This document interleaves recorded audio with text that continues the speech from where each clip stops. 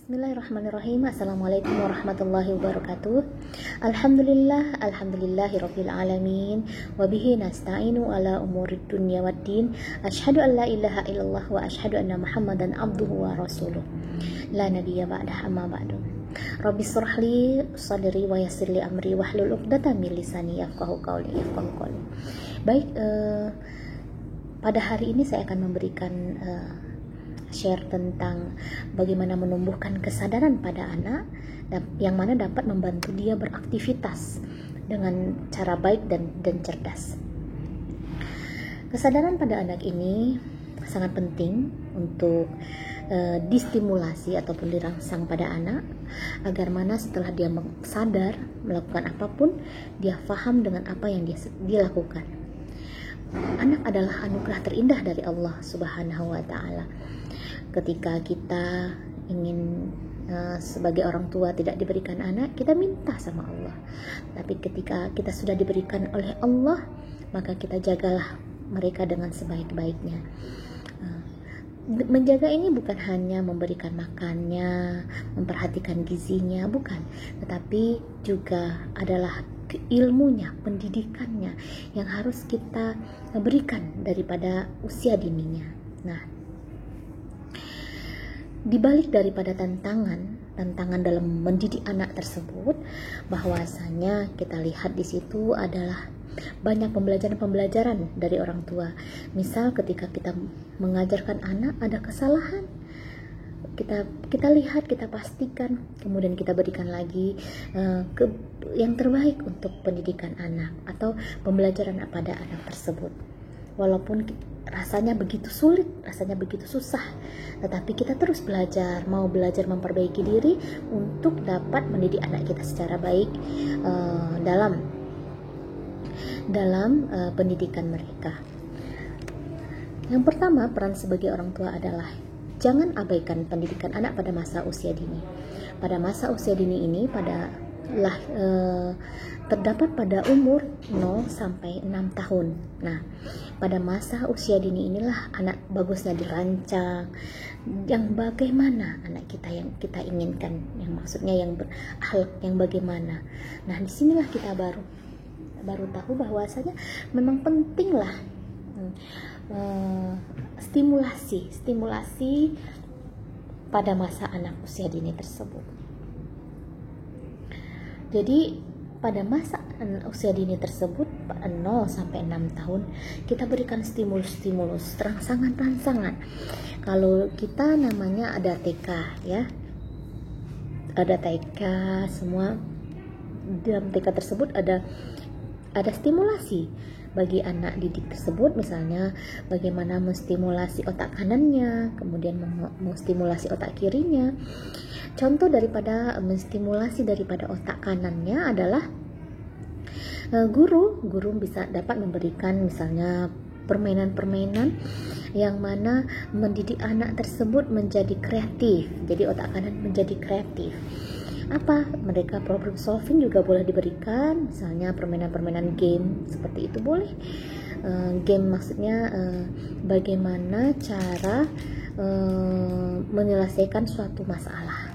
Itu bisa jadi solusi bagi menstimulasi otak kanan mereka. Kemudian otak kiri. Nah, otak kiri ini paling banyak yang dilakukan, seperti berhitung ya. Nah, itu juga termasuk dengan otak kiri. Nah, ada juga bagaimana untuk mengasah otak kasar, motorik kasar dan motorik halus. Bagaimana motorik halus? Motorik halus ini yaitu adalah kognitif kita, pengetahuan yang ada. Kalau misalnya motorik kasar ini adalah bagaimana otot-otot kita. Nah, mereka berlari, mereka berjalan, mereka bermain, itu adalah melatih daripada otot-otot mereka, otot-otot kasar, jadi motorik kasar. Sebagai orang tua, kita mempunyai rasa cinta kepada anak. Kita takut anak terjatuh, kita takut anak cedera dan lain sebagainya. Tapi jangan salah, kita harus memberikan waktu pada mereka untuk terus belajar, ya. Dan kita harus kita juga tidak boleh rasa cinta yang berlebihan terhadap anak juga. Terhadap anak ini juga dapat menjadikan sesuatu yang sangat keliru, sesuatu yang salah. Nah, seringkali orang tua itu terjebak dengan jiwa kompetitif dan hanya menganggap bahwa anaknya sajalah yang lucu, anaknya sajalah yang paling hebat, ya. Akibatnya orang tua sering membandingkan tumbuh kembang anaknya dengan anak orang lain. Nah, ini yang tidak boleh. Sedikit saja ada perkembangan yang tidak sesuai dengan yang dirancangnya. Nah, seperti misalnya kita memiliki seorang anak, kita ingin seperti anak daripada teman kita karena dia memiliki suatu akademik yang paling terbaik. Nah, orang tuanya langsung cemas, ya, karena anaknya mungkin tidak seperti anak temannya yang mendapat nilai yang bagus misalnya. Kemudian orang tua menjadi cemas, terus kemudian membanding-bandingkan kepada anaknya. Anak si A itu lebih baik daripada kamu, seperti itu, ya. Padahal kalau kita sadari bahwa setiap perkembangan anak itu berbeda-beda, mereka mempunyai keunikan tersendiri. Percayalah bahwasanya kita mempunyai suatu keunikan yang berbeda-beda. Jadi tidak bisa kita membandingkan satu anak dengan anak lainnya, karena mungkin anak tersebut dia pintar di bidang yang A, tapi dia tidak bisa di bidang yang B. Nah, seperti itu. Nah, jadi apalagi kalau seorang orang tua menyalah-nyalahkan, itu akan berimbas kepada psikolog anak tersebut. Dia akan menjadi pesimis, dia akan menjadi tidak berfungsi dengan baik, seperti itu. Nah, jadikan anak sadar apa yang ia lakukan, itu yang paling terpenting. Jadi jadikan anak didik kita itu sadar, ya, anak kita ataupun anak didik kita itu sadar apa yang ia lakukan. Ia sadar ia akan belajar, terus bagaimana cara belajar yang baik, kita ajarkan seperti itu. Terus waktu belajar yang baiknya bagaimana. Terus kita ajarkan juga, ia sadar dia harus belajar karena apa, karena kenapa dia harus belajar. Terus itu adalah memudahkan dia ke depan, misalnya seperti itu. Nah, kesadaran ini harus yang ditumbuhkan kepada anak tersebut. Karena apa? Kalau tidak, ini akan menjadikan anak tidak sadar apa yang ia lakukan. Ketika anak sadar dia dengan apa yang ia akan lakukan, dia akan terus mencintai diri dia. Bagaimana dia memotivasi diri dia yang berikan yang terbaik kepada diri dia. Nah, misalnya kita ajarkan, mereka tidak tahu bagaimana cara belajar yang baik, bagaimana untuk memanajemen waktu dengan baik. Kalau seandainya kita orang tua ataupun seorang guru dapat memanajemen waktu tersebut dengan baik, maka akan berjalanlah dengan baik stimulasi ataupun rangsangan-rangsangan tersebut. Baik. Nah, ini bagaimana caranya memupuk kesadaran-kesadaran ini? Yang pertama, dari rumah, ya. Dari rumah kita harus pupuk. Nah, orang tua sangat berperan untuk kesuksesan anak. Nah, kalau di sekolah, guru sangat berperan untuk kesuksesan anak.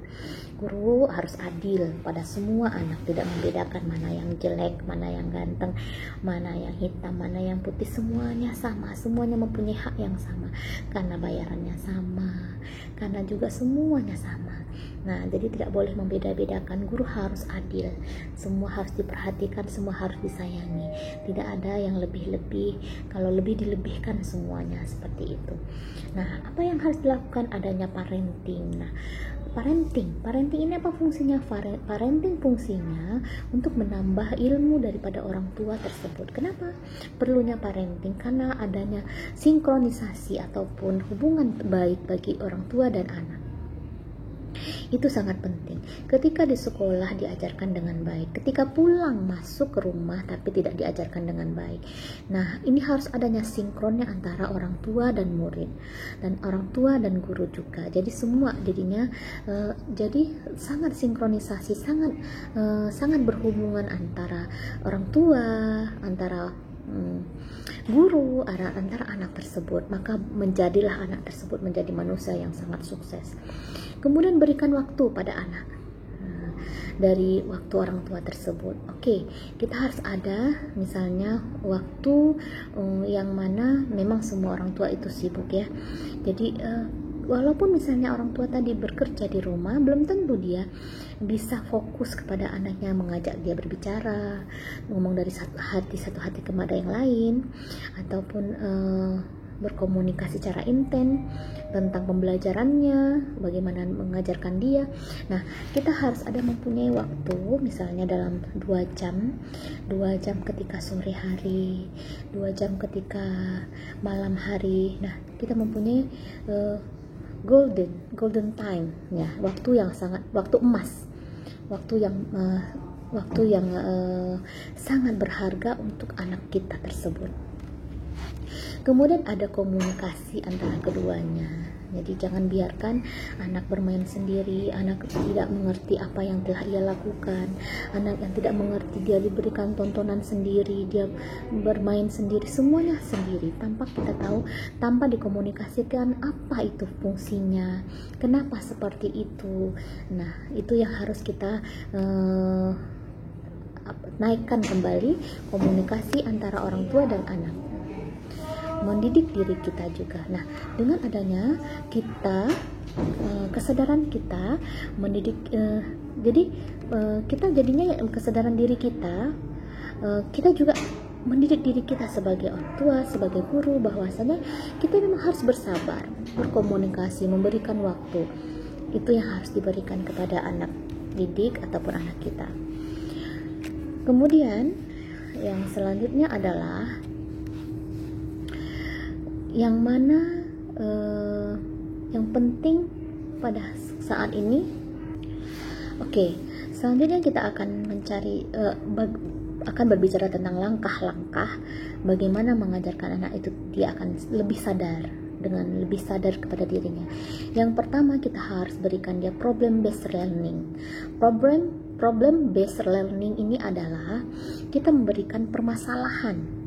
Jadi jangan langsung misalnya dibantu, biarkan dia untuk menyelesaikan masalahnya. Contoh, ketika dalam pembelajaran, kalau pembelajaran dalam kelas mungkin dengan tugas-tugasan, biarkan dulu dia untuk menyelesaikan masalahnya, tugasnya. Tapi kalau misalnya di keluarga ataupun di rumah, contoh boleh minta tolong seandainya mencuci piring ya, menyapu rumah, itu adalah suatu problem based learning. Jadi dia bagaimana caranya menyapu dengan bersih, mencuci piring dengan baik. Nah, nanti kita akan akan lihat bagaimana proses mereka. Kemudian selanjutnya adalah hot, yaitu hot ini maksudnya apa? Biarkan mereka mencari solusinya. Solusi apa yang harus mereka berikan kepada anak didik mereka, kepada anak mereka. Mereka carikan solusinya ketika mereka memecahkan piring. Apa yang harus mereka lakukan? Apakah mereka membiarkan saja seperti itu, atau mungkin diberikan solusi-solusi lain yang ada untuk itu, seperti itu. Selanjutnya adalah problem solving. Ini tadi problem based learning itu berkaitan dengan problem solving. Nah, dengan adanya selalu anak didik ataupun anak kita pribadi diberikan problem solving, bagaimana dia menyelesaikan masalahnya, maka dia akan terus berpikir. Kemudian kita evaluasi, kemudian setelah dievaluasi, terus dia memberikan yang terbaik, mengevaluasi lagi yang bagaimana yang terbaik, seperti itu. Nah, biarkan mereka mempunyai evaluasi cara mereka sendiri. Kita biarkan mereka bagaimana cara mereka untuk mengatasi masalah mereka sendiri. Nah, setelah mereka dapat mengevaluasi cara mereka sendiri, barulah kita bertanya sebagai guru ataupun sebagai orang tua, cara mereka bagaimana. Nah, kalau mereka caranya salah, mungkin kita bisa memberikan masukan, mengatakan bahwasanya coba kamu caranya seperti ini. Ya, jadi kita tidak menyalahkan mereka, tetapi kita mengatakan coba seperti ini. Nah, seperti itu ya. Nah, sampai ulangi terus menerus sampai mereka merasa mandiri. Nah, kemudian mereka menjadi sosok yang dapat memecahkan masalah yang terbaik. Itu cara bagaimana untuk mereka dapat menyelesaikan masalah tersebut. Nah, kita sebagai guru harus mengajarkan mereka mempunyai analytical thinking. Nah, analytical thinking ini apa? Analisis yang thinking, berpikir secara kritis. Misalnya mereka, strateginya adalah apa? Nah, ide mereka apa? Itu yang harus kita gali. Jadi jangan biasakan mereka meminta ide, tapi biasakan mereka memberikan ide. Nah, terus saya harus berusaha seperti ini. Analisis dulu apa permasalahannya, bagaimana cara strategi untuk menyelesaikan masalah tersebut, apa ide-ide mereka. Nah, itu boleh mereka lakukan sehingga anak tadi menjadi pribadi yang sangat handal, mempunyai critical thinking atau disebut dengan mempunyai berpikir aras tinggi, ya, berpikir yang sangat tinggi gitu ya. Nah, jika anak sudah memiliki pemikiran yang kritis, maka dia akan menjadi kreatif, maka dia dapat sadar apa yang dilakukannya. Nah, imbasnya akan bagus kepada ke diri dia, ke keluarganya, kesuksesannya di dunia dan di akhirat nanti. Gitu. Baik, hanya ini dari saya.